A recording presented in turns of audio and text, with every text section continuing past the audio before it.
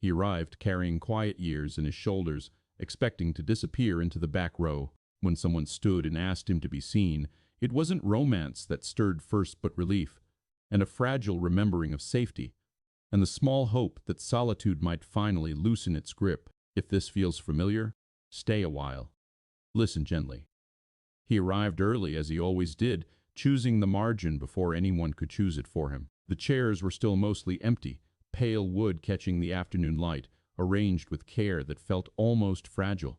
He selected a seat along the aisle, close enough to be respectful, far enough to avoid being noticed. Beside him, the chair remained empty. He did not move to fill it with a jacket or a bag. Some spaces, he had learned, were meant to stay open.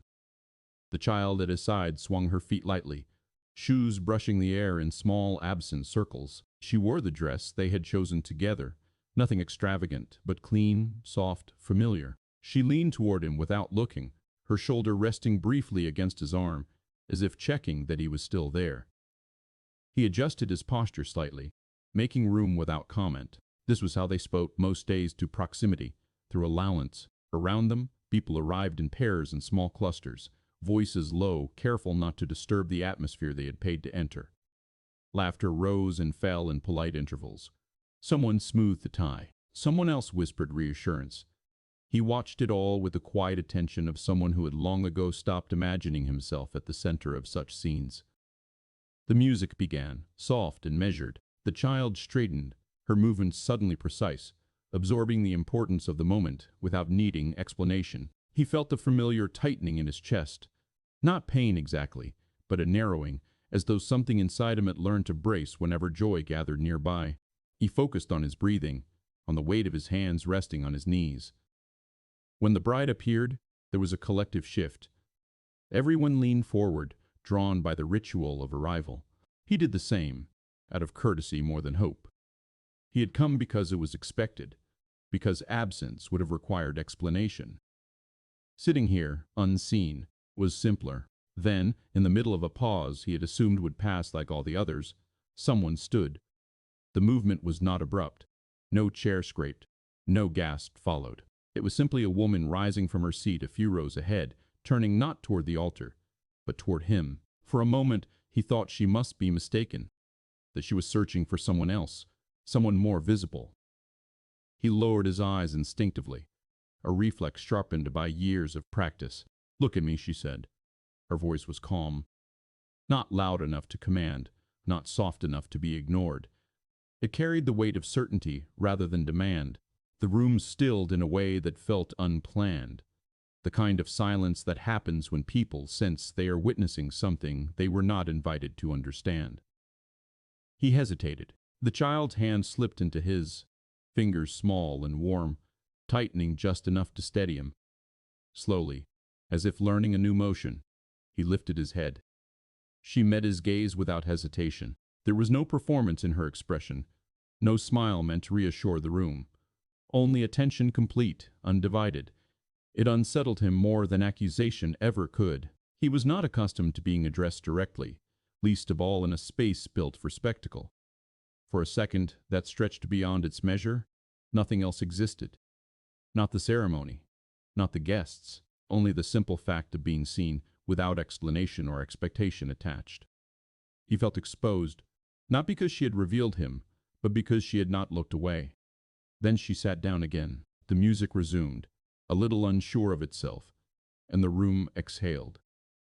People shifted, uncertain whether they had missed something important. He remained still, his pulse loud in his ears, his grip on the child's hand loosening only when he realized how tightly he had been holding on.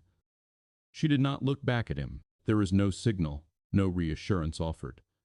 And yet something had been set in motion. Not romance, not recognition in the way stories often insisted upon, but a subtle displacement, like furniture moved in a dark room.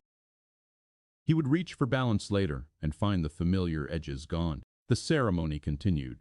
Vows were spoken, promises made aloud.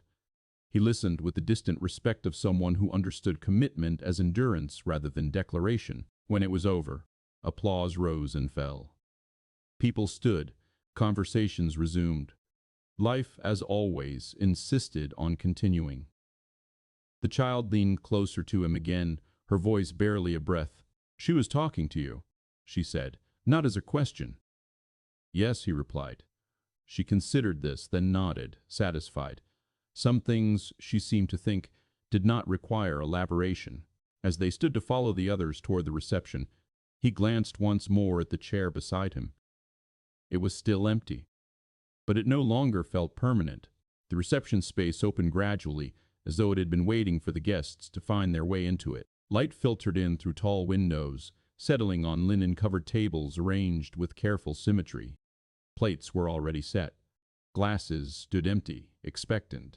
He paused at the threshold, allowing the crowd to move ahead of them, his hand resting lightly at the child's back to guide her forward. Their place cards sat near the far edge of the room. He was relieved by that. Distance had always felt like courtesy. He pulled out the chair for the child first, steadying it while she climbed up, smoothing her dress in a way that mirrored habits she had observed rather than been taught. Only then did he sit, his movements economical, practiced. For a few minutes they were alone at the table. He folded his napkin carefully, aligning the edges. The child traced a finger along the rim of her glass, then leaned toward him. "Are we staying long?" she asked quietly. "As long as we need to," he said. She nodded, accepting this without protest. Around them, other tables filled. Voices overlapped gently. Cutlery chimed against porcelain. Somewhere nearby, laughter broke free, then softened again. As though remembering where it was, he was aware of her before he saw her. The same calm displacement in the air that had preceded her voice earlier. She approached without haste, holding her place card between her fingers as if it were an afterthought. "I believe this is mine," she said, stopping at their table. He looked up. The child did too, immediately, her expression open in a way that made him shift slightly in his seat. There was no surprise on the woman's face, no uncertainty, only the quiet acknowledgement of shared space. "Of course," he said, standing halfway before realizing he didn't need to. He settled back, embarrassed by the impulse. She took the chair beside the child, not his. It was a small decision, but he noticed it. She placed her card down, then bent slightly to meet the child's eye level. "Is the seat taken?" she asked her, as if the answer truly mattered. The child glanced at him, then back at the woman. "No," she said. "You can sit." "Thank you," the woman replied, smiling briefly, not broadly, but with sincerity. She sat, smoothing her dress, and for a moment simply existed with them, neither filling the silence nor retreating from it. The servers arrived with bread baskets and water. She reached for the pitcher first, pouring carefully into the child's glass before her own.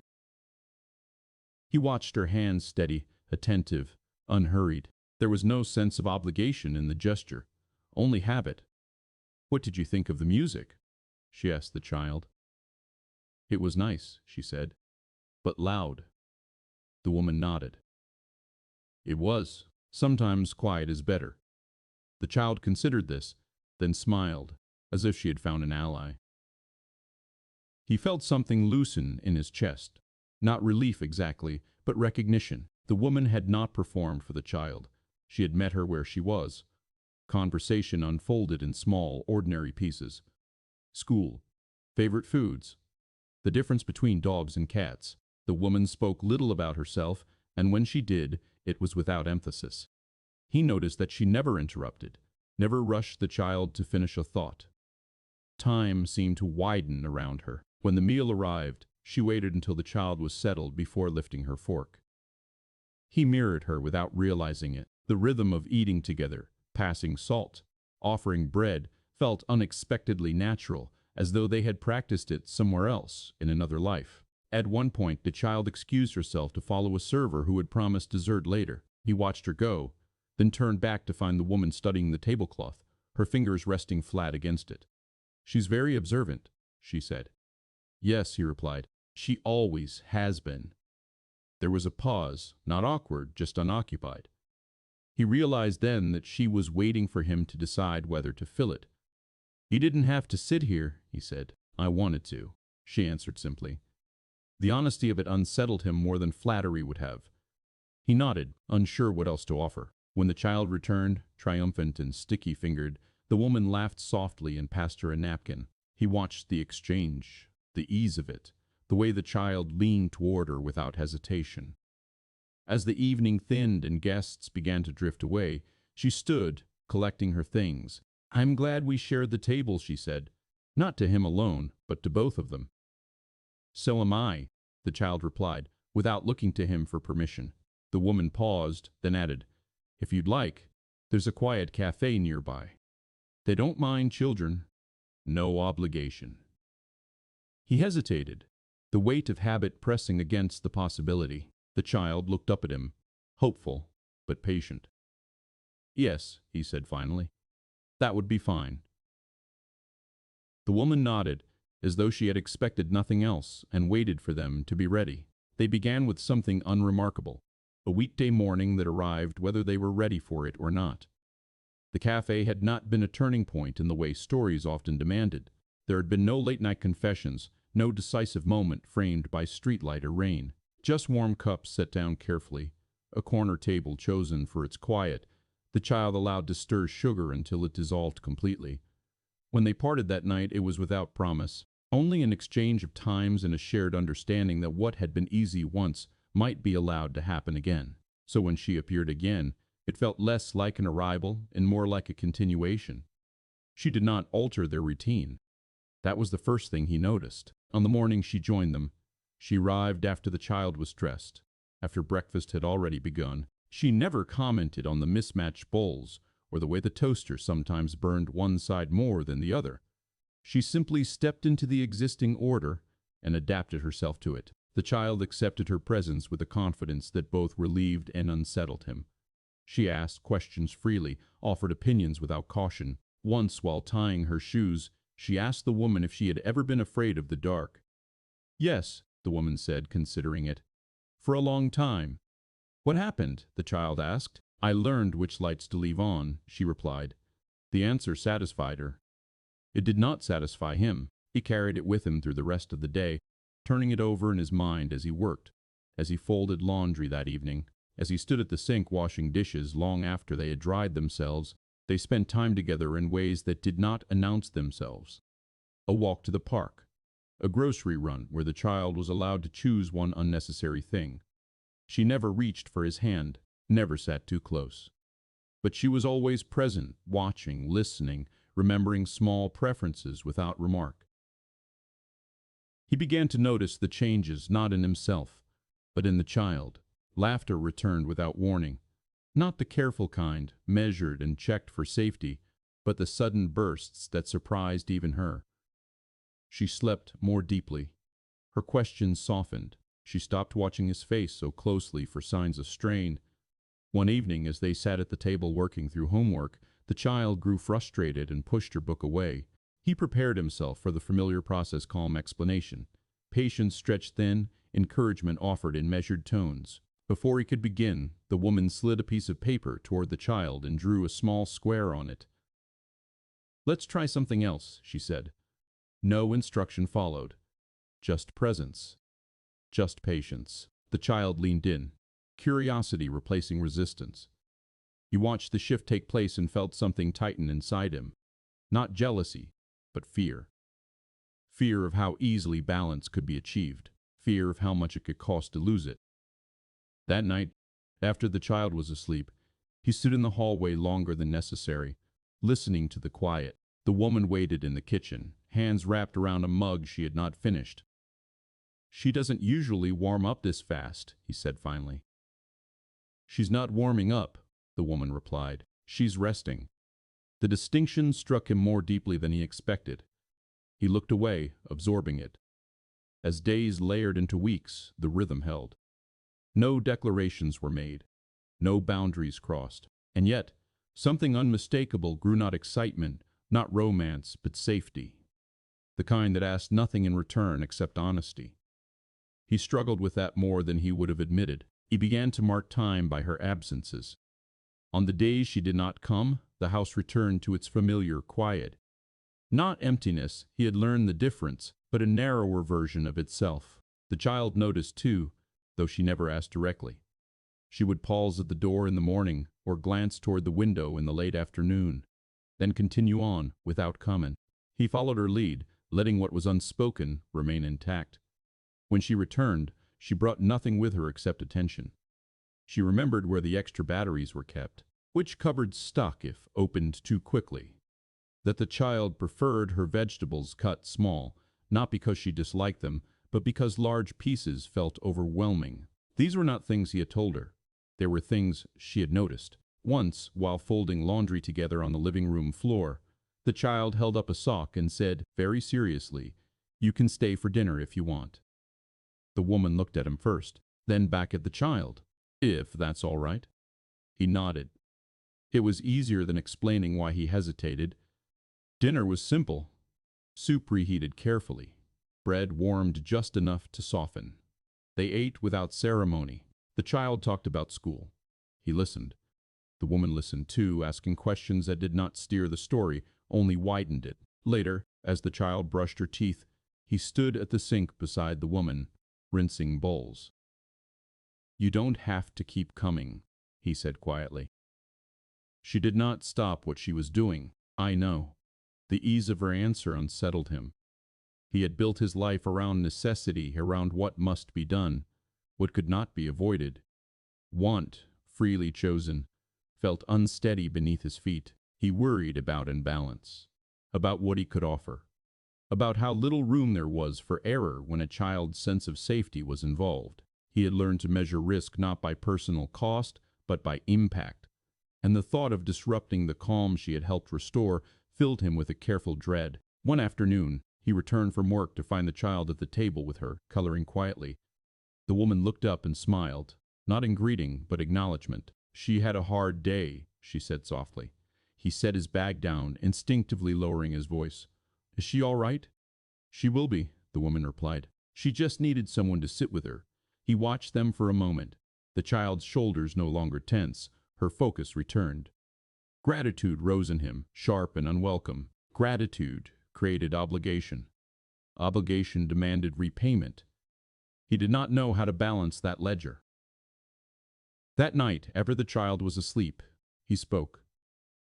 "You should be careful," he said, "with us." She turned to face him fully then. "Why?" "Because she gets attached," he answered. "And so do I." The admission surprised them both. It hung between them, unadorned. The woman did not reach for him, did not reassure him with promises or logic. "I am careful," she said. "That's why I'm here the way I am." He absorbed this slowly. Care, he realized, did not always look like distance. Sometimes it looked like consistency. In the weeks that followed, nothing changed outwardly. And yet, everything felt more deliberate. She checked in without asking. He made space without invitation. The child flourished in the middle, grounded by the quiet certainty that the adults around her were paying attention. One evening, as they walked back from the park, the child slipped her hand into his, then reached for the woman's with the other. They continued like that for a few steps before he noticed. He did not pull away. The first sign was the calendar. It hung on the side of the refrigerator, held in place by a magnet shaped like a small bird. He had stopped marking it after the child learned to read dates on her own, trusting her sense of time more than his own. It was the woman who added the new entry, her handwriting neat and unassuming, the ink a muted blue. He noticed it while reaching for milk. A series of days, blocked lightly, annotated with a single word he did not recognize as personal meetings. He said nothing. She said nothing either. The rhythm they had built did not fracture immediately. Mornings continued. Homework was completed.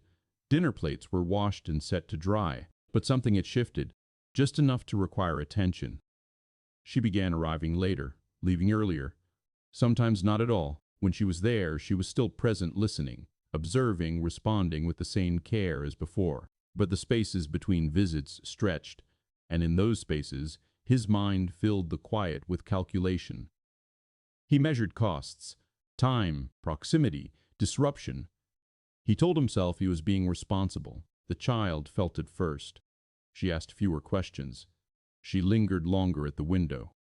Once, while packing her bag for school, she asked, "Is she busy now?" "Yes," he replied. "Will she come back?" The question was not framed as fear. It was framed as, information seeking, as though the answer might simply be stored away for later use. Yes, he said again, though he was no longer certain. He began to withdraw in ways that were difficult to name. He declined one invitation with a practical excuse. Then another. He adjusted schedules without consulting her. He made decisions alone, convincing himself that this was what caution looked like. She noticed. He could tell by the way she no longer filled the silence as easily. By the way she watched him when he thought he was not looking. One afternoon, she arrived unexpectedly early. The child was still at school. The house felt too large without her. "You've been distant," the woman said, not as accusation, but observation. "I'm trying to be careful," he replied. "With what?" she asked. "With her," he said. "With us." She listened. She always did. But this time, she did not respond immediately. She moved to the counter, set her bag down, and rested her hands against the surface as though grounding herself. "I won't stay if you want me to leave," she said finally, "but I need you to say it." The weight of the choice pressed down on him, not because he did not know what he wanted, but because he knew what he feared. Before he could answer, the door opened. The child entered, breathless, school bag swinging from one shoulder. She stopped when she saw them standing there, the space between them too still. "What happened?" she asked. "Nothing," he said too quickly. The woman crouched to the child's level. "We were just talking," she said. "Grown-up things." The child studied them both. Then she said, "You don't have to stop coming." The statement was simple. Not a plea, not a demand, but truth offered plainly. The woman nodded. He closed his eyes briefly, absorbing the weight of what he had almost taken away, not from himself, but from the child. That evening, after the child was asleep, he sat alone at the table, the calendar in front of him. He reached for a pen and hesitated. Then, deliberately, he left the days as they were. Some losses, he understood now, came not from holding on too tightly, but from letting go too soon. They did not speak about it right away. The decision to wait was mutual, though neither of them named it as such. The house returned to its quieter rhythm, not strained this time, but attentive. The child moved easily between them again, unconcerned, as though some internal balance had been restored simply by allowing time to pass without interference. It was the woman who chose the moment. They were in the kitchen, late enough that the child was already asleep, early enough that fatigue had not yet dulled honesty. A single light remained on above the sink. Outside, the street was still. "I don't want to misunderstand where I stand," she said. He turned toward her, leaning back against the counter, hands folded as if he were waiting for instruction. "I don't want you to," he replied. She nodded, acknowledging the effort it took for him to say even that much. Then we should be clear. Clarity had never been his strength. He had learned survival through adaptation, not declaration. But something about the way she asked without pressure, without urgency, made it possible to respond. "I'm afraid of building something I can't protect," he said. "Not for myself. For her." The woman listened, eyes steady, posture open. She did not interrupt. "I don't have much margin," he continued. "If things go wrong, I don't recover quickly. She doesn't either." She considered this. When she spoke, her voice was level, precise. "I won't ask for more than you can give," she said. "But I won't stay if I'm treated like a risk that needs managing." The truth of it landed cleanly. There was no accusation in her words, only boundary. He respected that. Perhaps that was why he trusted her. "I don't want you to leave," he said. The simplicity of the sentence surprised him. He had expected something more qualified, more careful, but it came out intact. "Then don't prepare for it," she replied gently. Silence followed, not heavy, not unresolved, just space. When the child stirred later that night, calling softly from her room, he went to her. She sat up, hair tangled, eyes half closed. "Is everything okay?" she asked. "Yes," he said. And this time, it felt accurate. She nodded, satisfied, and lay back down. He lingered until her breathing evened out, then returned to the hallway where the woman waited. She did not ask what had been said. She did not need to. They stood there, close enough to acknowledge presence, far enough to respect it. No promises were made, no future outlined, but something had been chosen, not perfectly, not permanently, but with intention. And for now, that was enough. The house did not change all at once. There was no moment when it announced itself as something new, no threshold crossed with ceremony. Instead, it shifted gradually, responding to use the way a place always did when it was allowed to be lived in. Shoes gathered near the door in uneven pairs. A sweater peered on the back of a chair and remained there. The calendar on the refrigerator filled again, not with urgency, but with continuity. Mornings settled into an easy sequence. He rose first, as he always had. But now there were days when she was already awake, reading quietly at the table, a cup cooling beside her. They exchanged nods more often than words. The child learned which mornings meant pancakes and which meant toast, and accepted both without complaint. They did not merge lives. They aligned them. She kept her commitments elsewhere, leaving early on certain days, returning late on others. When she was gone, the house narrowed again, but it no longer felt like a loss. It felt like waiting. He learned the difference slowly, with care. The child thrived in the predictability. Homework was done without tension. Bedtime came easier. Once, while brushing her teeth, she asked if the woman would be there in the morning. Yes, he said. Okay, she replied, already finished with the question. One evening they cooked together without planning to. He chopped vegetables. She stirred a pot. The child set the table with careful concentration, placing each fork just so. No one directed her. She had learned the rhythm by watching. Later, as the child read quietly on the couch, the woman stood beside him at the window. Outside, a light had been left on across the street, casting a steady glow. "You good at this," she said, not looking at him. "At what?" he asked. "Keeping things steady," she replied. He considered it. "I didn't always know how." "You learned," she said. He did not correct her. Some truths did not need refinement. When the child fell asleep that night, book still open against her chest, he lifted her carefully and carried her to bed. The woman followed, pulling the blanket up, tucking it gently under small shoulders that had finally learned how to rest. In the doorway, the child stirred, her eyes open just enough to see them standing there. "Stay," she murmured. They did. Weeks passed. Seasons edged forward. The house absorbed their presence until it no longer felt borrowed. It knew their steps, the cadence of their voices, the way the child laughed when surprised and when quiet when thinking. It held their silences without discomfort.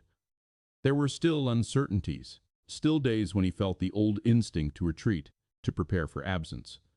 But now, when that instinct rose, he had evidence to counter it. Not promises, but pattern. One evening, as they sat together after the child was asleep, the woman reached for his hand without ceremony. It was not a declaration. It was confirmation. He did not pull away. Outside, the light across the street remained on. Inside, the house settled around them, familiar and unafraid. It was not a grand ending. It did not need to be. It was enough that everyone was home,